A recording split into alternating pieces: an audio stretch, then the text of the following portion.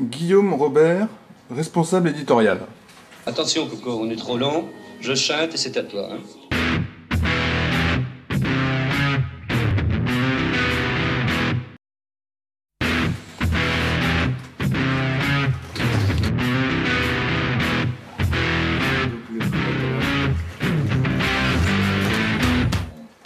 Bonjour Guillaume, alors écoute, je suis hyper content de te rencontrer parce qu'en fait, la particularité avec toi, en fait, c'est que j'ai l'impression que tu es un peu un des plus jeunes éditeurs en place chez un grand éditeur.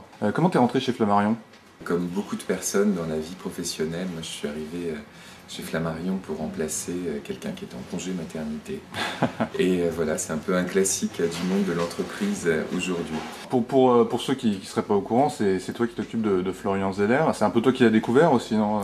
Comment ça s'est passé? Disons qu'avec Florian, effectivement, on travaille ensemble depuis son premier roman, Neige artificielle. En fait, on se connaissait de vue parce qu'il avait, lorsqu'il était à Sciences Po, fait un stage chez Flammarion, pas du tout. Voilà, ça c'est le bon plan en fait pour être édité, il faut faire un stage chez Flammarion. Étonnamment, il avait fait un stage, je crois pas forcément au département littérature. Il était à la compta. Et non, je sais plus vraiment où. Et donc on se connaissait de vue, mais on se parlait pas du tout. Et un jour, on se recroise et il me dit, bah tiens, voilà, j'ai un texte que j'aimerais te faire lire. Et puis voilà, ça a été un coup de cœur immédiat et le début d'une très belle aventure, voilà, qui allait. Et je crois que le plus beau cadeau qu'il m'ait fait, ça a été donc le prix Interallié le jour de mes 30 ans. Donc voilà, l'anecdote veut que voilà, Florian dit qu'il ne savait pas quoi m'offrir, il trouvait qu'un stylo c'était un petit peu bateau, et donc le prix Interallié c'était quand même beaucoup mieux. Et tu reçois beaucoup de manuscrits? Chacun reçoit en fonction de son niveau de notoriété. Donc bien entendu, je ne suis pas Frédéric Becbédé, donc moi je n'en reçois pas 50 par jour, mais voilà, j'en reçois une dizaine par semaine. Sachant que moi, voilà, j'en reçois 10 par semaine, mais j'en publie 8 par an. Donc la sélection est plutôt sévère. Tous les manuscrits sont lus intégralement, de la première à la dernière page. Donc si c'est pas par moi, c'est par ma lectrice. Ensuite, toutes les semaines ou tous les 15 jours, on fait un point.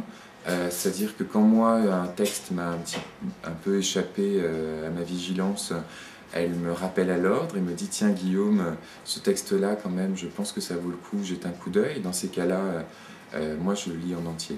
Je me mets à la place du lecteur et encore une fois, il n'y a pas de calcul, pas de stratégie marketing, etc. Moi, j'ai juste envie d'être séduit en tant que lecteur.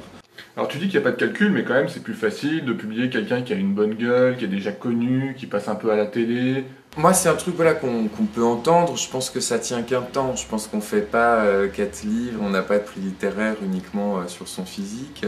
Bien entendu c'est un truc qui compte, mais c'est un truc qui compte dans toute relation humaine où il y a un moment, voilà, il y a des gens qui ont un physique plus agréable que d'autres, mais ça voilà, c'est juste le temps de la séduction et cet aspect-là dure qu'un temps. C'est bien sûr, je veux dire que moi c'est pas un argument pour moi, je dirais que ça peut être un argument au comité éditorial quand on défend un livre, de dire bah tiens cet auteur il a une chronique là, ou il fait des piges dans tel ou tel journal, mais très souvent je dirais que au contraire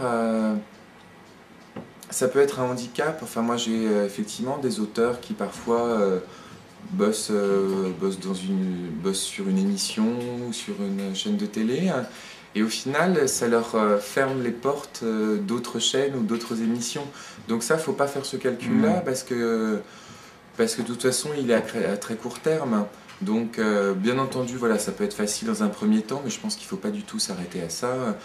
Moi, encore une fois, si c'est pour revenir à Florian, moi, comme je le disais tout à l'heure, quand je l'ai connu, il travaillait sur un site internet qui devait être visité par 2000 personnes par mois.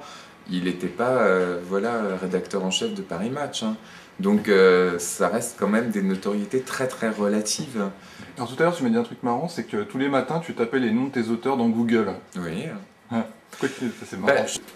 Je trouve ça effectivement assez intéressant aussi d'avoir aussi des retours de lecture complètement directs. Parce que c'est bien entendu, comme on le sait, un journaliste va dire ce qu'il pense, bien entendu, du texte, mais c'est pas pareil. Une chronique, une critique, c'est pas du tout la même chose. Là, ce que j'aime, moi, dans les blogs, c'est le caractère complètement spontané. Par exemple, je sais pas, là, je pense au livre de Tania de Montagne qui s'appelle Tokyo, c'est loin, qui est un livre qui a une très jolie presse. Et j'étais très heureux de le voir apparaître sur un nombre incalculable de blogs où des phrases étaient reprises comme ça et où effectivement j'ai vu un bouche à oreille tout à fait sympathique se poursuivre. Donc, et encore une fois, nous on est juste observateurs de la chose, hein. Je ne prends pas des pseudos pour intervenir dans des conversations et dans des chats, mais... Alors pour terminer, est-ce que tu as des nouvelles de Frédéric Becbédé? Bah écoute, bien entendu, j'ai des nouvelles. Il travaille toujours chez Flammarion? Il travaille toujours chez Flammarion. Alors bien entendu, c'est quelqu'un de très pris, comme on sait, qui a à la fois l'écriture, ses livres publiés un peu partout à l'étranger, plus sa télévision. Mais Frédéric est toujours chez Flammarion, prépare activement à la rentrée littéraire 2006 avec nous, où il a, je crois, un premier roman auquel il croit beaucoup.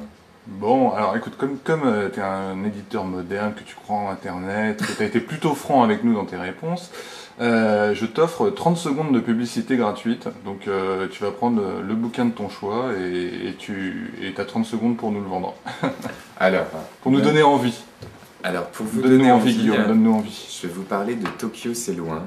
Et je trouve que le meilleur moyen pour parler de ce livre, c'est de vous lire quelques lignes de la 4e de couverture. Dans le monde, toutes les 3 minutes, une femme est quittée. Il y a 3 minutes, c'était moi. Dans le monde, toutes les 3 minutes, une femme est quittée. N'importe quelle femme. Une belle, une moche, une pas gentille, une très sympa, une qui raconte mal les blagues, une américaine avec des faux ongles, une coureuse de fond mexicaine, une vidéaste hongroise qui déclame des chansons réalistes habillée en poulet. N'importe quelle femme. Donc voilà, et c'est pas seulement pour les filles.